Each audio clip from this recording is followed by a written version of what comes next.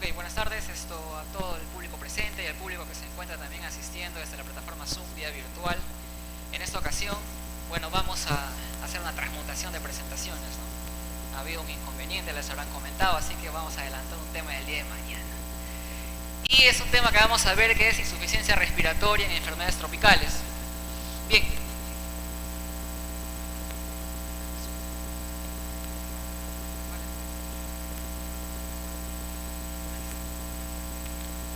Listo. Vamos a hacer un repaso de lo que vamos a hablar el día de hoy. Vamos a comentar básicamente sobre lo que es un poquito de introducción, vamos a hablar de lo que es insuficiencia respiratoria rápidamente, vamos a ver los enfoques del síndrome febril en una emergencia y los enfoques del síndrome febril en pacientes con compromiso respiratorio. Vamos a hacer alguna que otra aclaración sobre los pacientes en VIH, vamos a ver cómo trabajamos con estos pacientes y vamos a hacer un resumen finalmente del tema que vamos a tratar el día de hoy. Entonces, no tengo conflicto de intereses para contar el tema del día de hoy y vamos a empezar, pues, ¿no? Miren, cuando nosotros hablamos de insuficiencia, yo tengo entendido que acá hay público de todo tipo, ¿no? Entonces tenemos todas las profesiones de salud, así que vamos a hacer esto muy dinámico para que puedan captar lo esencial para ponerlo en práctica. Miren ustedes, cuando nosotros hablamos de insuficiencia respiratoria o de insuficiencia de cualquier órgano en particular, hacemos referencia básicamente a que el órgano no es suficiente, no abastece. ¿No es cierto? Cuando hablamos de insuficiencia cardíaca, ¿a qué nos referimos? A que nuestro corazón o el funcionamiento de nuestro corazón no abastece adecuadamente a las necesidades de nuestro organismo.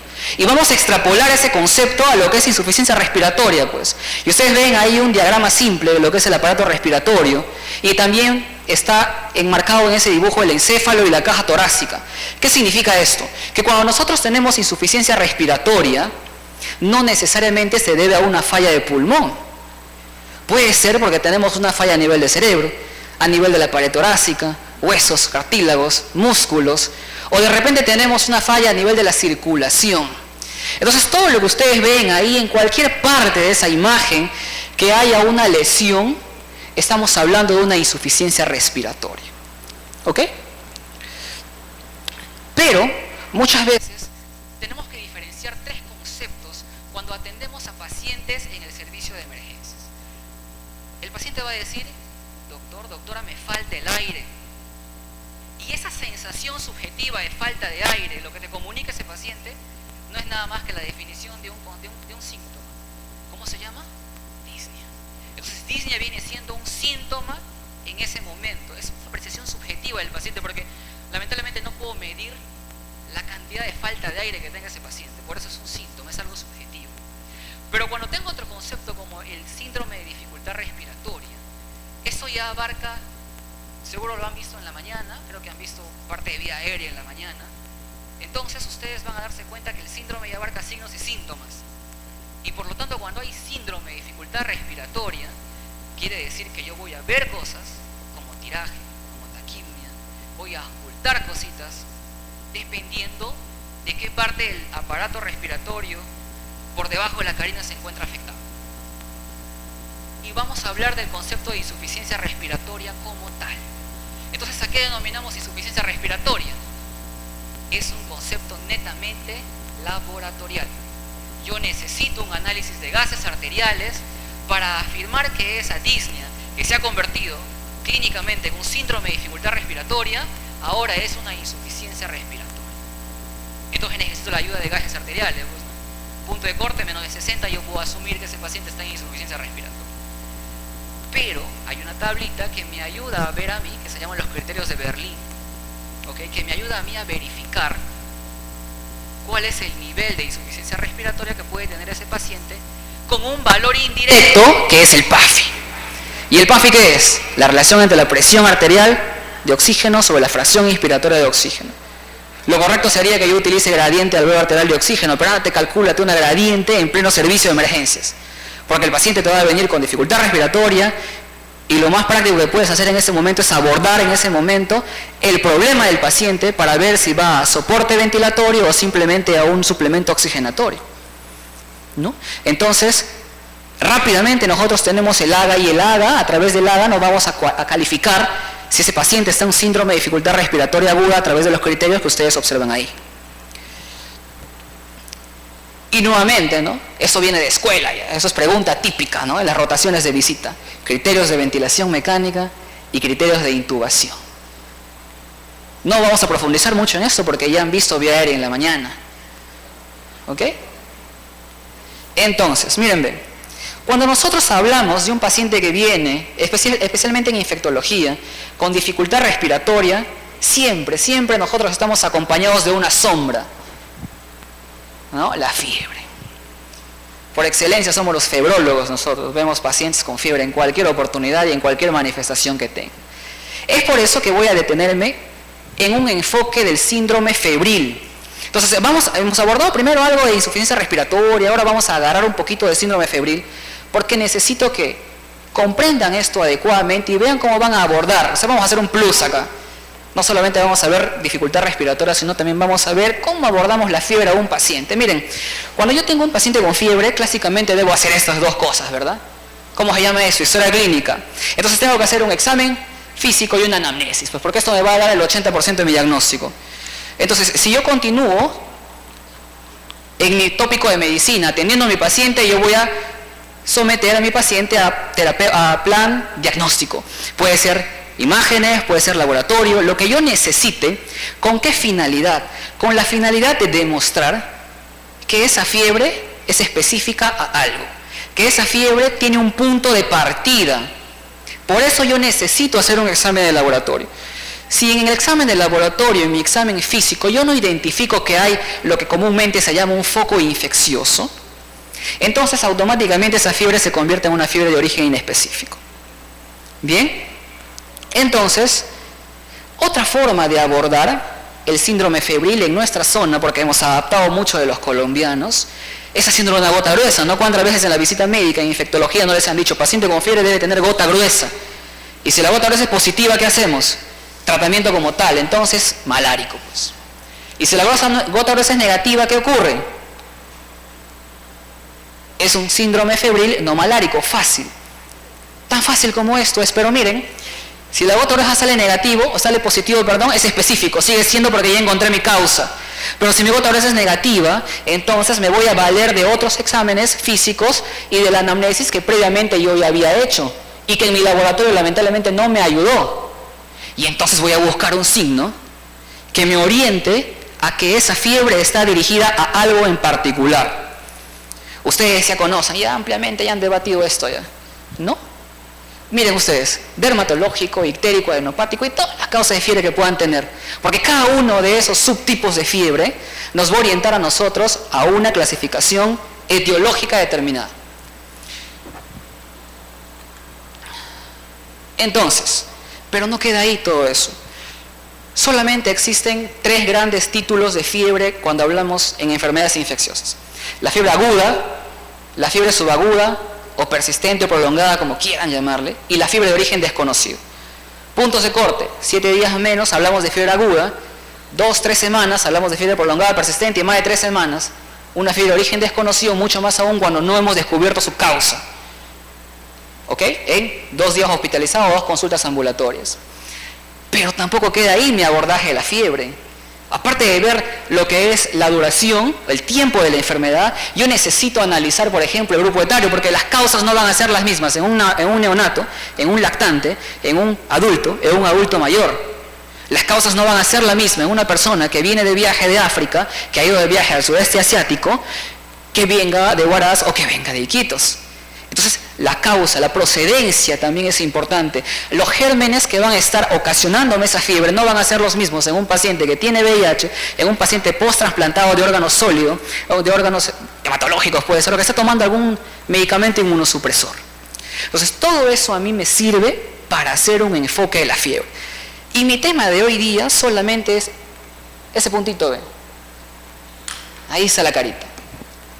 Para que ustedes se den cuenta que hoy día vamos a hablar de insuficiencia, de un paciente con fiebre y que a la vez me hace compromiso respiratorio, pero que esta fiebre puede ser un amplio abanico de posibilidades. Entonces tenemos, y miren, ni siquiera vamos a hablar de la fiebre que dura 2 semanas, de aquella fiebre que dura 3 meses, vamos a hablar solamente de la fiebre que dura un mes, de una semana, una semanita nomás. Entonces nosotros tenemos un síndrome febril agudo tropical. ¿Y por qué tropical? Porque ni siquiera estamos en las playas caribeñas, ¿no? Eso, zona tropicales. ¿Por qué se llama zona tropical? Porque geográficamente nosotros estamos ubicados entre 2 líneas imaginarias que ponen los cartógrafos, los geógrafos, que son los trópicos, pues el trópico de Cáncer y el trópico de Capricornio. ¿Y por qué es importante esa zona? Porque es la zona más biodiversa del planeta. Y si tenemos zonas biodiversas de muchos cambios climáticos, ¿qué va a presentarse? Bastantes factores etiológicos diversos. Por lo tanto, hay patógenos que se encuentran en esta zona que no están aquí y adoptan la denominación de patógenos tropicales. Entonces, nosotros vamos a ver qué causa la clásica división, ¿no? Tenemos unas causas infecciosas para esta fiebre con compromiso respiratorio y tenemos causas no infecciosas para este mismo síndrome. Y en las causas infecciosas siempre vamos a ver virus, bacterias, parásitos, hongos. Y en las causas no infecciosas, todo lo que ustedes quieran. Porque recuerden que infectología es medicina interna más un bichito y su tratamiento. Por lo tanto, yo tengo que buscar causas hematológicas, nefrológicas, cardiológicas, neumológicas, gastroendocrino, neuro, lo que quieran, oncológicas, misceláneas como farmacológicas, toxicológicas, que pueden ser causas de la fiebre y con ese compromiso respiratorio. Entonces, ¿se han dado cuenta que hoy ya vamos a hablar de algo pequeñito nomás? No vamos a hablar de nada. No. Ok. Oye, no salió una diapositiva.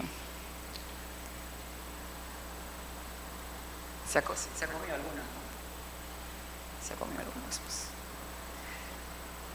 Sí. Bueno, en todo caso, vamos a nosotros a hablar básicamente de cada una de estas causas. Vamos a ver los 2 más frecuentes rápidamente. ¿Ok? Si tenemos un virus, cuando ustedes atienden a un paciente en la emergencia, lo primero que van a hacer no es pensar qué virus le ha infectado, qué bacteria le ha infectado. Lo primero que van a hacer es A, B, C, D, ¿sí o no? Van a proteger la vía aérea, van a proteger los pulmones, la circulación, en fin. Van a ver que ese paciente llegue a la homeostasis, aunque sea de forma artificial, ayudado por nosotros a estabilizarse en la unidad de trauma shock. Y esos temas ustedes van a ver ampliamente en este curso. Hoy día vamos a ver en qué vamos a pensar una vez que le hemos estabilizado a ese paciente. Una vez que ese paciente ya está bonito como para que vaya de trauma shock a piso, o cuando ya está en la UCI y queremos estudiar causas, vamos a ver qué causas nos pueden explicar con más frecuencia en nuestra zona ese síndrome febril agudo con compromiso respiratorio. Y el virus más frecuente, por excelencia, ¿en quién van a pensar? Ahí estaba la figura del dengue, pero no salió. Ok, ¿en quién van a pensar? Dengue, pues. ¿No es cierto? Dengue. Y si el dengue viene con dificultad respiratoria, ¿cómo se califica ese dengue? Recuerden que nosotros tenemos, según normativa, 3 clasificaciones de la enfermedad por dengue, ¿sí o no? Normalmente sin signos de alarma, con signos de alarma y grave. Particularmente yo no uso la definición signos, porque signos es algo muy específico. El dolor abdominal no es un signo, es un síntoma, ¿verdad? Entonces yo creo que criterio sería una mejor adaptación, ¿no? Siempre hay que llevarle la contra al ministerio. Entonces, ¿qué es lo que vamos a hacer acá? Tenemos nosotros sin criterios de alarma, con criterios de alarma y dengue grave. ¿A dónde va nuestro paciente en quien yo sospecho dengue y tiene dificultad respiratoria? ¿A qué clasificación? A un dengue grave. ¿Por qué? Porque el dengue usualmente, ¿a qué órgano afecta fundamentalmente? ¿Cómo van a dar su examen del ministerio para que vayan a hacer y te le van a preguntar ¿a qué órgano afecta el dengue? ¿A cuál? Endotelio. ¿Ok? El endotelio es un órgano, es el órgano más grande del cuerpo. ¿Cuántos metros de vasos sanguíneos no tenemos? ¿Y cuántos metros de endotelio? Kilómetros de endotelio. Nos dice que si extendemos todo el endotelio de nuestro organismo, alcanzamos una cancha de fútbol oficial, profesional, ¿no? Entonces, lo que ocurre con el dengue es lo siguiente. Cuando el dengue afecta al endotelio, el endotelio es como un colador. Y lo que ocurre es que una parte del virus, el mismo sistema inmunológico, la tormenta de citoquinas, destrozan ese colador. ¿Y qué pasa en un colador? Va a salir más líquido, ¿verdad? Ese líquido cuando va a la pleura, sí, pues no está ahí, cuando va a la pleura, Entonces nosotros tenemos derrame pleural. Y ese derrame pleural puede ser tan grande que puede comprometer el aparato respiratorio y puede darte dificultad respiratoria. Pero ¿cuál es la característica? ¿Cómo sé yo que este cuadro de dificultad respiratoria puede ser dengue? Fácil. Porque después de la fiebre se complica. No existe ninguna otra patología en el mundo, ningún otro germen en el mundo que tenga esta característica. Pasada la fiebre se complica. El único patógeno es dengue. ¿Ok? Y lógicamente, como ya tenemos un dengue en grave, va a trauma shock, va a la UCI, el protocolo a aplicar es el protocolo C. ¿Ok? Recuerden que no estoy tocando todo en amplio, solamente vamos a referirnos a los diagnósticos diferenciales de síndrome de dificultad respiratoria en contexto de un paciente febril agudo. Bueno, las preguntas que yo debería hacerme, y lógicamente empiezo hidratando a 20 por kilo, 2-3 veces, y aplico todo un protocolo que se puede hacer en la UCI. Pero dengue es algo que deben pensar. Y a diferencia de la patología que vamos a ver a continuación, dengue es exclusivamente una enfermedad urbana, urbano-marginal. No encontramos dengue a la orilla de un río, a menos que ese sitio se esté empezando a urbanizar. Porque la urbanización nos hace a nosotros llevar nuestros desperdicios, nuestros baldecitos en donde no lavamos las paredes, nuestras llantas, no sé por qué llevamos llantas y botellas, cajas de cerveza también llevan cuando hacen mudanza, ¿no? Y ahí está, llueve y ahí se junta el agua y ahí crece esa larva. Entonces la urbanización, la explosión demográfica es un factor trascendental para que yo pueda tener dengue en zonas donde nunca antes ha habido dengue. Y obviamente que tenga que ser el virus y el vector. Pero como les decía, a diferencia del dengue, este virus que ahora van a ver y que casi no lo piensan, nadie va a pensar, ¿no? Viene un paciente con fiebre 2 días y al día siguiente dificultad respiratoria, lo último que podemos pensar es un virus transmitido por la rata, porque si rata viene a mi cabeza, yo pienso en leptospira. Es lo primero, ¿verdad? Pero antes de pasarme a las causas bacterianas, yo debo definir si es un hantavirus. Hantavirus, bueno, es una rata de casa, ratus, ¿no? Hantavirus básicamente es un virus que está transmitido por el contacto directo con los fómites de los roedores o con zonas en donde ellos han dejado esos fómites, el virus es de seca ahí, vuela, nosotros lo inhalamos y enfermamos entonces con esta enfermedad que se llama hantavirosis. Pero recalco otra vez, hantavirosis es una enfermedad exclusivamente de zona rural. Entonces, si tienen un paciente que viene de su pueblito allá alejado en el Cerús de Manacamiri, 8 kilómetros al fondo, me acuerdo esa frase siempre, ¿no? ¿Qué van a hacer con ese paciente? Un síndrome de dificultad respiratoria. Antes de dengue, primero consiguen hantavirus. Y lamentablemente hantavirus no tiene tratamiento. Son pocos los virus que tienen un antiviral, ¿no? Son poquísimos. ¿Y cuál es el tratamiento del hantavirus? Soporte en ventilación mecánica y esperar la evolución adecuada del paciente. Entonces, hantavirus me da una manifestación, entre otras. Una forma grave de hantavirus es el síndrome pulmonar por hantavirus. Ustedes van a verificar ahí en la presentación, en el slide, que nosotros tenemos síntomas como fiebre, dolor de cabeza, dolor muscular, puede haber un poquito de escalofríos, puede llegar hasta las náuseas, dolor abdominal tal vez, que si es intenso puede simular un cuadro de apendicitis aguda inclusive, como dengue, ¿no? Como dengue. Ustedes ven esto, un paciente le dice, mira, tengo 4 o 5 días con esto, ¿qué dicen? Dengue. Toma tu paracetamol y vete a tu casa, al día siguiente está con dificultad respiratoria. Entonces, ¿qué es lo que ocurre con este paciente? Que aparentemente en los 2-3 días del cuadro febril hay una mejoría incipiente y el paciente puede venir con dificultad respiratoria. ¿Y cómo yo voy a adjudicar que este caso es un cuadro casi ineludible de hantavirus? Porque la evolución es bien rápida, es bien tórpida. El paciente casi no tiene tiempo de ser referido. Y usualmente las evoluciones de estos pacientes son hacia el éxito letal. O sea, van a fallecer estos pacientes muchas veces. Ahí hay hantavirus, ¿ve? En zonas rurales de nuestra provincia tenemos hantavirus. O sea que si tenemos un paciente con dificultad respiratoria que acude en otros hospitales locales, debemos nosotros necesariamente considerar hantavirus como un diagnóstico diferencial. ¿Cuál es la importancia de considerar tantos diagnósticos diferenciales? Que yo voy a definir el tratamiento adecuado o las decisiones más aceptables para tomar en ese paciente en ese momento determinado. Y eso es lo que puede causarme hantavirus, ¿no? Un infiltrado tipo un edema agudo de pulmón, un infiltrado alveolar bilateral de rápida evolución. Y miren entonces, estos son los únicos 6 casos que se han reportado en nuestro país hasta la fecha.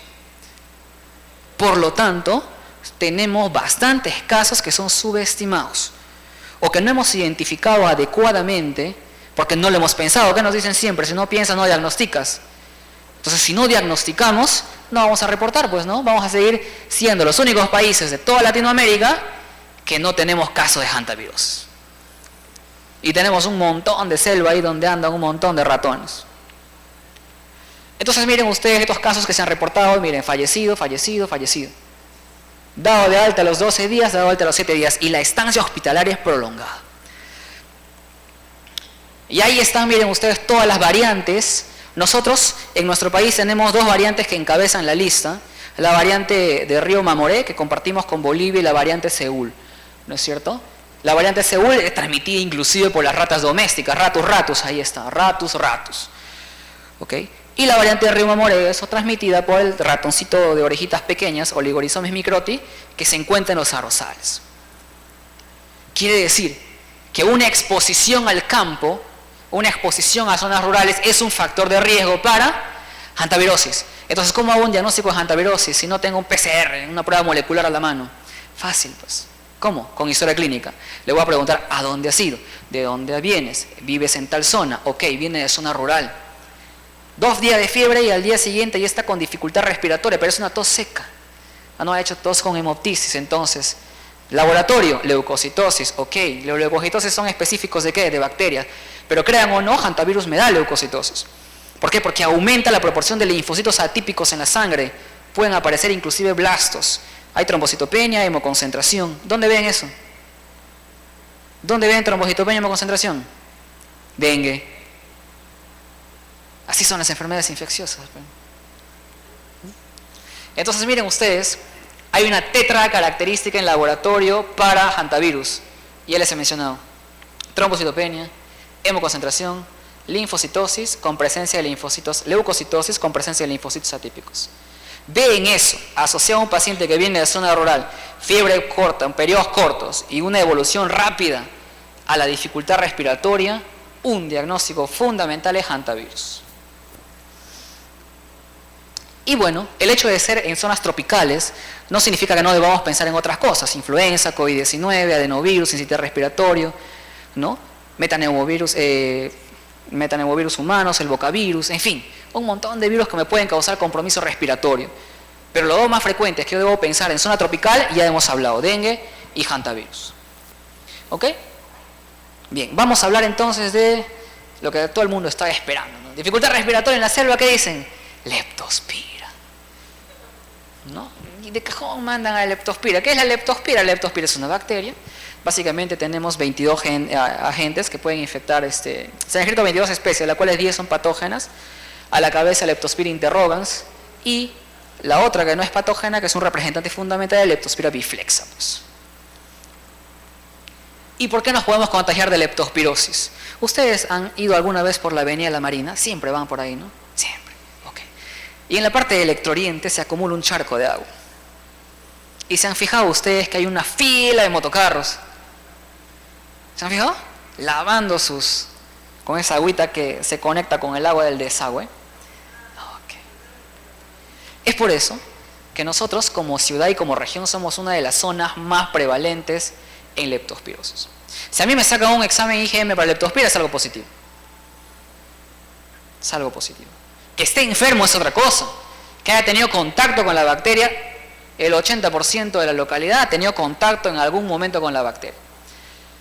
Pero ese 80% solamente un 20% hace un síndrome de dificultad respiratoria por leptospira. Porque leptospirosis usualmente, ¿qué clínica nos da?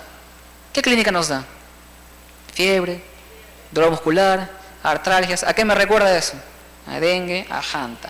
Ya se va complicando la cosa, pues, ¿no? Ya van 3 que son lo mismo inicialmente. Pero luego va a ir evolucionando en el transcurso de los días. Y usualmente leptospira me va a arrastrar más de una semana, ¿cierto? Usualmente 2 semanas. Pero si el compromiso es respiratorio, igualito, 2 días de fiebre, pum, al tercer, cuarto día, dificultad respiratoria por leptospirosis. Aunque últimamente se están incrementando los casos de síndrome de Weil. Cuando era estudiante me decían, no, síndrome de Weil no tenemos acá.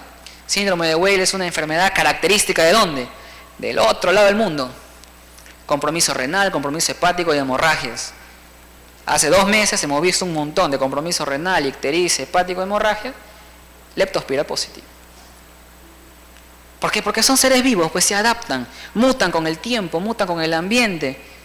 Así que adaptan nuevos factores de virulencia para que puedan ocasionar otras cosas. Y ahí ustedes pueden observar quiénes son las personas que están en mayor riesgo de contraer. Entonces, la anamnesis me ayuda. Ok, soy una persona que trabaja en el matadero. En el matadero, sonó mal, ¿no?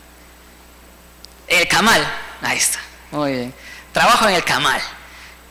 ¿Y qué puedo pensar? Ahí está, pues leptospirosis. Muy bien, vengo de campo, leptospirosis. Vengo de una zona en donde no tengo disposición adecuada de excretas. ¿Ok? Zonas que están en crecimiento donde todavía no hay desagüe, y aquí está mi casa y a 20 metros hay una chanchería que desborda el río. Y como no tengo agua potable, yo consumo esa agua y le hiervo. Lamentablemente, como tengo sed, tomo de ahí de más. Leptospira, pues. Y miren, a hacer canotaje, aquellos que les gusta ir a Lunahuaná, miren, a estar haciendo ahí esquí acuático, son zonas en donde también puede estar leptospira viviendo, pero como son zonas limpias, entre comillas, no tomamos precauciones y nos metemos. Leptospira, recuerden que se adapta a todo su ambiente. Y esto es lo que ocasiona leptospirosis, pues, ¿no? Miren, parecido, solo que Hanta tiene más, un compromiso más exacerbado. Si ustedes ven esto, no, dicen, mira, compromiso apical, tuberculosis, ¿no? ¿Y cuál es el problema? En que no hay buen enfoque. Decía el doctor Cabrera en la mañana, ¿no? ¿Cuál es la diferencia entre el que está en la emergencia y el que está en otros servicios? El que está en la emergencia tiene que estar parado a su orejita, ¿para qué? Para que sepa adecuadamente cuál es su diagnóstico del paciente y qué va a hacer en ese momento. Entonces miren, ¿qué alteraciones radiográficas yo puedo tener en un paciente con leptospira? Fácil, pues. Infiltrados alveolares, casi 2/3 partes de los pacientes. ¿Ok? Entonces eso voy a ver en leptospira, el famoso patrón en alas de mariposa, ¿se acuerdan? ¿Se acuerdan? Entonces, mira, acá tampoco ha salido, creo. Ok, bueno, ¿cómo leptospira me ocasiona compromiso pulmonar? 2 efectos básicamente. Primero, leptospira es una espiroqueta, como un sacacorchos, que va a lesionar los vasos sanguíneos de los pulmones y eso hace que el paciente, muy aparte de tener edema de pulmón, haga hemoptisis.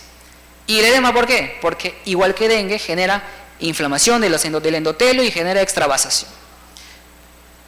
¿Y en hantavirus qué pasaba? También hay inflamación del endotelio, también extravasación. ¿Y en qué más hemos visto todavía? Nada más, ¿no? Esos 3 recién estamos viendo. ¿Qué? Dengue. ¿Qué hay en dengue? Extravasación plasmática, ¿sí o no? Entonces, ¿cuál es el órgano más afectado? Endotelio. Y no es por culpa del microbio, es por culpa de que tu organismo respondió mal ante la presencia del patógeno que está ahí. Ok, seguimos. Bien, vamos a hablar entonces de rickettsiosis. ¿Cuántas veces no les decía yo, piensen en rickettsia? ¿Qué será rickettsia? Decían. ¿Y qué es rickettsiosis? Rickettsiosis es una bacteria intracelular, como ustedes pueden ver ahí, que básicamente es transmitida por garrapatas. Un montón de perros tenemos acá. ¿No? No le mires. ¿No? ¿Está bien? Entonces tenemos nosotros el animalito que me puede transmitir la bacteria de la rickettsia, que son las garrapatas. Las rickettsias hay en todas partes del trópico y da un montón, porque esta bacteria es muy compleja de estudiar porque me da bastantes manifestaciones clínicas. Pero lo que vamos a hablar ahorita es la fiebre manchada de las montañas rocosas, transmitida ¿por quién? ¿Dónde está? Aquí está. Por el grupo de las rickettsias, rickettsis y todas sus familias. Hay otro tipo de rickettsias también, ¿no? Rickettsia prowazekii, tifio, Fioretta tsutsugamushi, en fin, hay varios. Pero ¿cuál es la manifestación clínica de la rickettsia? Fiebre, cefaleas. Otra vez, ¿no? Síndrome febril agudo tropical. Pero la característica fundamental de rickettsia es esto, exantema. Por eso se llama fiebre manchada o fiebre maculosa. Pero que en un porcentaje, miren, estas son figuritas que ustedes ven ahí. demasiado exagerada. O sea, casi no hemos visto acá esa característica, pero quiero que ustedes vean que hay un 27% de pacientes que va a ser neumonía, que va a ser compromiso. ¿Y por qué? Porque compromete los vasos sanguíneos y genera primero edema intersticial y luego edema de los alveolos, y el paciente puede complicarse con un síndrome de dificultad respiratoria que puede llegar a una insuficiencia respiratoria aguda. Entonces, de las dos bacterias, de varias bacterias, tenemos dos fundamentales en zonas tropicales. A la cabeza y por mucho, goleando como Argentina, Perú, leptospira. Leptospira. Y algo menos frecuente, pero que debemos pensar, Rickettsia. ¿Ok? Otras bacterias, el hecho de que estemos en zona tropical no implica que nosotros vamos a dejar de pensar en una neumonía adquirida en la comunidad, un estreptococo de neumonía, hemófilos influenza, moraxella catarralis, en fin, o de repente tuberculosis, ¿no? También. Un paciente que tiene ya 2 semanas con fiebre, tos, expectoración, ya es un sintomático respiratorio. Y yo les decía siempre, ¿no? Los pacientes con tuberculosis casi nunca vienen al hospital. ¿Por qué? Porque van a su centro o van al consultorio, les diagnostican con tuberculosis y a su casa. Y los que llegan al hospital, ¿quiénes son? Los que se han coinfectado. O sea, tienen una neumonía en el contexto de una tuberculosis. O de repente tienen otra cosa. Puede tener tuberculosis, pero también puede tener otra tropical que está metida ahí en su pulmoncito. Tranquilos, ya. Para no alocarles mucho. Un honguito nomás vamos a ver. ¿Ya? Mira, 2 virus, 2 bacterias, un honguito. Paracoccidioides. No tenemos aquí. Sí hay, pues. Resulta que nosotros tenemos paracoccidioidomicosis. Básicamente es un hongo, como ustedes observan ahí. Se adquiere por inhalar las conillas, las microconillas, ¿no es cierto? La forma parasitaria, que es la levadura como tal. ¿Y dónde creen que se adquiere esto? En zonas húmedas, fundamentalmente. Zonas húmedas en la selva, sí, pues. En la ciudad todavía sí. Aquellos pacientes que trabajan en construcción civil, que van a demoler casas, que van a construir techos, que van a todo eso, ahí está viviendo el hongo. El hongo es cosmopolita, se encuentra en todos lados. Suelo, agua, lo que quieras, en todos lados es este hongo. ¿Ok? Y tiene una peculiaridad y por eso elegí este hongo ahí. Porque es un hongo, usualmente cuando hablamos de hongos decimos, no, ese paciente puede estar inmunosuprimido. ¿Para qué un hongo puede estar afectando su pulmón? Pero este hongo tiene una peculiaridad junto con Aspergillus, de que no ataca exclusivamente a pacientes inmunosuprimidos. También está en pacientes inmunocompetentes. ¿Okay? El paciente puede tener todas sus defensas, ok, y solamente es un paciente ancianito de 60 años con inmunosenescencia por de la edad y puede afectarle el hongo. Puede ser un adulto de 40 años y puede afectarle el hongo. Esto es el caso de un paciente que tuvimos en el hospital, ¿no? Es un paciente que ya estaba más o menos poco más de 6 meses, iba al centro de salud, iba al centro de salud, iba al centro de salud. Diagnóstico, vamos, lancen un diagnóstico. Tuberculosis, pero obvio, ¿no? 6 meses con fiebre, con tos, con baja de peso y tos con sangre todavía, ya estaba condenado ¿a qué? Como no le daban tratamiento, ya estaba condenado ya, ¿no? Entonces tenía tuberculosis, para todo el mundo tenía tuberculosis. ¿Y qué hicimos? ¿Qué hacemos en infecciosas usualmente cuando tenemos un caso de este tipo? Líquido que encontramos, líquido que estudiamos. No tenemos para hacer una fibrobroncoscopía con lavado broncoalveolar, no tenemos, porque nuestro hospital es una chocita. ¿Qué hacemos? Le pedimos su esputo. Y en el esputo, ¿qué vemos? Vemos esto. ¿Qué es eso? Es una levadura en gemación. ¿Okay? Y esa levadura en gemación básicamente es, o tiene la forma característica de ¿quién? ¿Se acuerdan ese dibujito que tiene unas herramientas ahí, ¿no? Mickey Mouse, ¿no? Cuando ustedes ven la levadura en gemación en forma de Mickey Mouse o en timón de barco, nosotros estamos hablando de una paracoccidioidomicosis. Desde que entré a la residencia me decían paracoco, nunca veía paracoco. Ahí está. Por eso, los diagnósticos que nosotros tenemos muchas veces ni lo pensamos. No basta con decir que esto es leptospira o no basta con decir que esto es dengue. Hay otras posibilidades diagnósticas y paracoco es una de ellas en nuestra zona. Ya, pues, y aquí está la reina, pues, ¿no? De todas las fiebres. Loreto es la región que aporta el 95% de casos de malaria de todo el Perú. Solitos nosotros. Decía un infectólogo, ¿no?, de otra parte de Lima, que debemos ser el centro de referencia del país. Sí. Entonces ustedes se dan cuenta, ¿y cómo malaria me da dificultad respiratoria? ¿Cómo malaria me da dificultad respiratoria?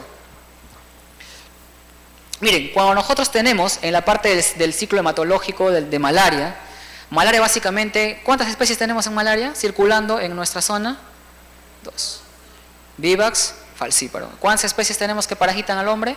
6. ¿Ok? 6. Pero nosotros tenemos 80% de Vivax y 20% de falciparum. ¿Estamos? El falciparum es bien facilito de saber, ¿no? ¿Por qué? Porque el falciparum lo que hace es al eritrocito le dota de unas protuberancias. Hace que tenga como unas manitos que se agarran en el vaso sanguíneo y generan obstrucción. Si tú obstruyes una manguera, ¿qué pasa? Una manguera, vamos a poner con una pared flácida, un globo. Tú tapas un globo que se está llenando, ¿qué va a pasar? Se va a llenar, se va a llenar, se va a llenar y va a reventar. Eso es lo que ocurre cuando obstruye la microcirculación. Las fuerzas de Starling se desequilibran, hay más presión hidrostática, ¡pum!, sale líquido. Entonces nosotros tenemos edema. Pero eso ocurre con falciparum solamente. ¿Y qué es lo que pasa con Vivax? Vivax tiene un componente neto inmunológico. ¿Y a quién creen que afecta? Toda esa tormenta de citoquinas. Al endotelio, efectivamente, ¿no? ¿Y este endotelio qué hace? Las fenestraciones, los huequitos aumentan, sale más líquido, edema.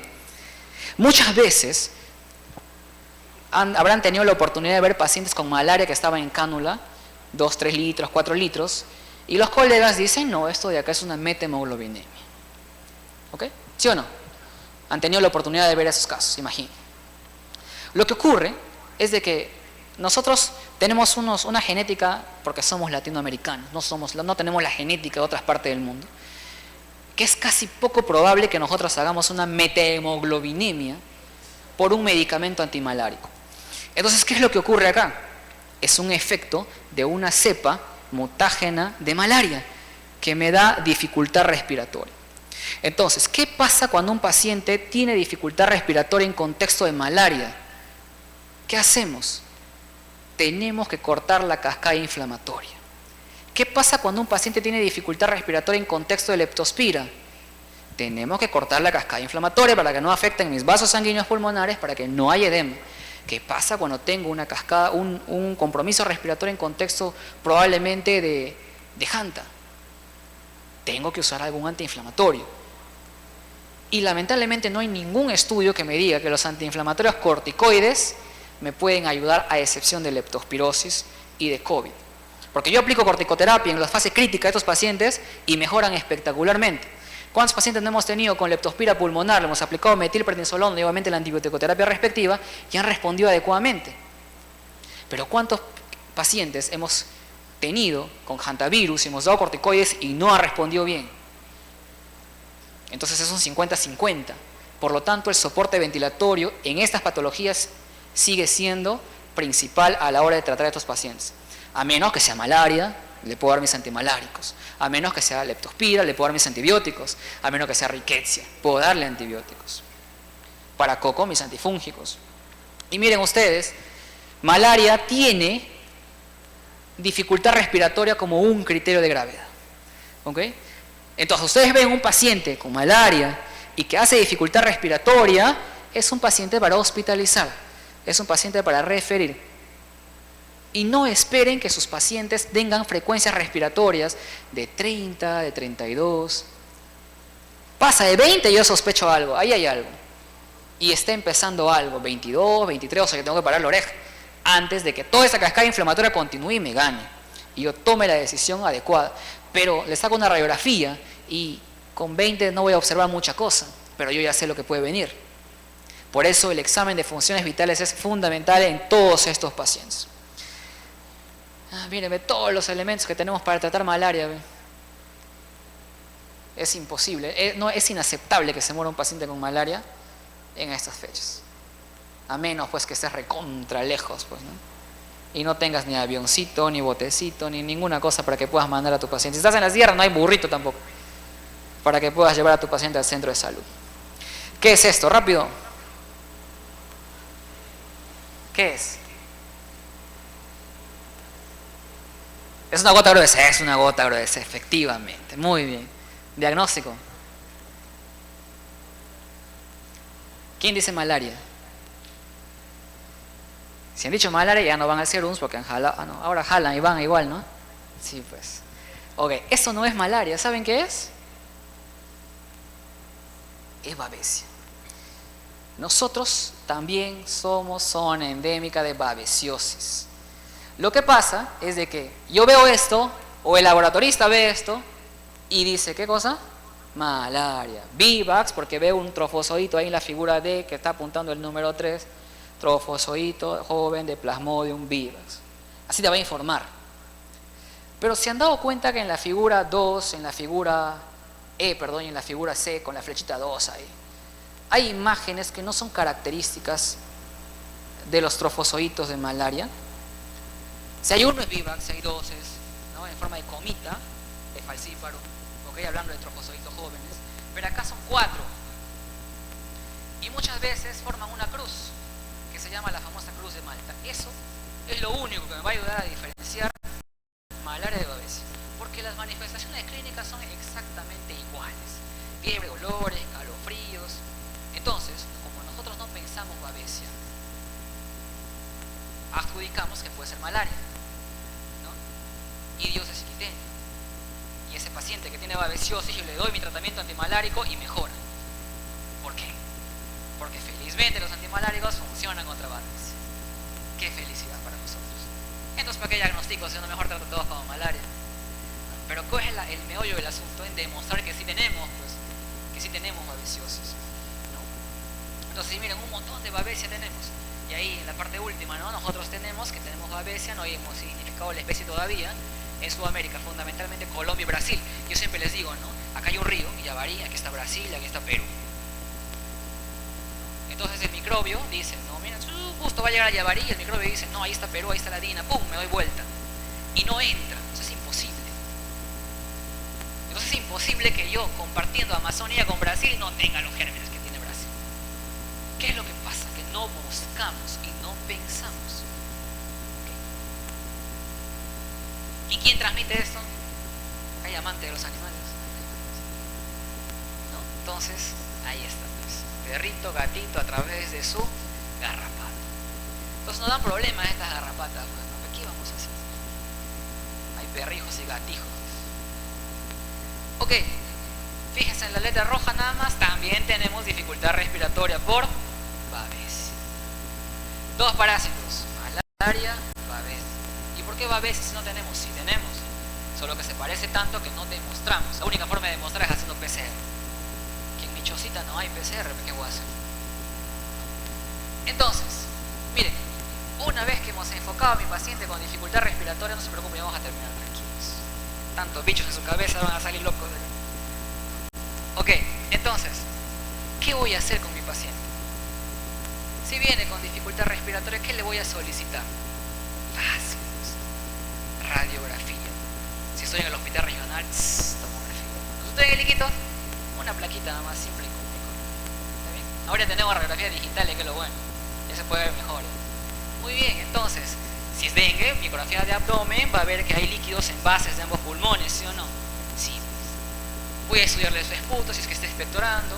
Si estoy en el mejor hospital del mundo, lavado broncoalveolar, no estaría mal, pero igual voy a pedir gran PK, KOH, cultivo. ¿Ok? Haga y las serologías y las pruebas que yo necesite para demostrar la causa de mi insuficiencia respiratoria. Bien, entonces un electrocardiograma todos, basal debería ser, porque recuerden que esos patógenos causan una hiperinflamación. Y esa hiperinflamación no solo va al pulmón, pues, ¿no?, también va al corazón. Entonces todos los patógenos que hemos mencionado en algún momento pueden darme miocarditis. Así que si ese paciente tiene un dolor precordial de novo, yo voy a tener un basal. ¿Con qué comparar? Si es que me hace un dolor precordial o una disnea súbita tal vez de lo que estaba mejorando. Porque recuerden que disnea súbita, una causa no infecciosa, también es infarto de miocardio. La analítica que necesite, y atención con los pacientes VIH. ¿Por qué? Porque esos pacientes tienen otro tipo de población microbiana que pueden generar también insuficiencia respiratoria. No vamos a tocar hoy día porque están cansaditos. Entonces, ¿qué voy a hacer? Le digo a las enfermeras que hagan los cuidados generales. Voy a darle oxigenoterapia, voy a tomar la decisión en ese momento si es oxigenoterapia o ventilación mecánica.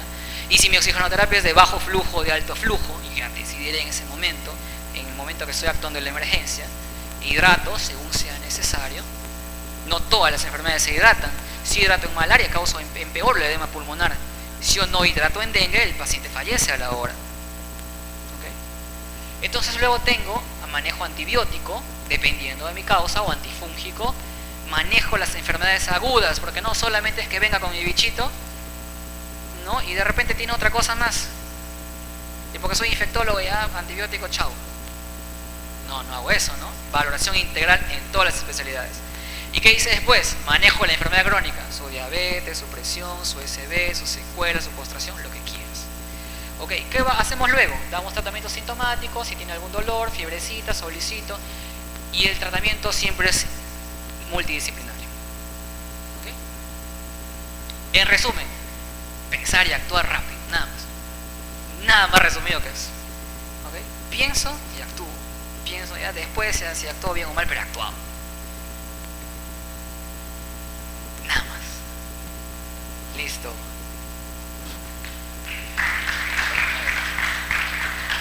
¿Alguna pregunta, alguna duda de parte de ustedes, de parte del público virtual tal vez? Si no hay, nos vamos. Ah, no, ustedes se quedan todavía, me voy a cenar.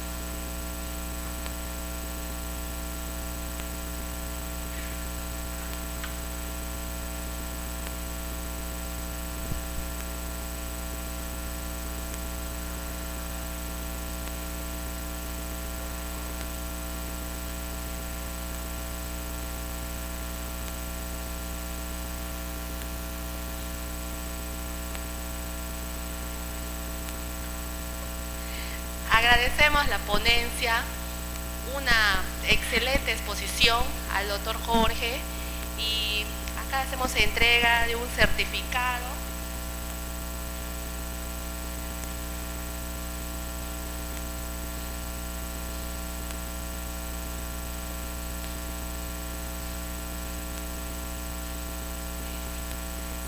Damos un fuerte aplauso al doctor. Y damos por concluido las exposiciones para el día de hoy. Los esperamos mañana y gracias de verdad por su tiempo.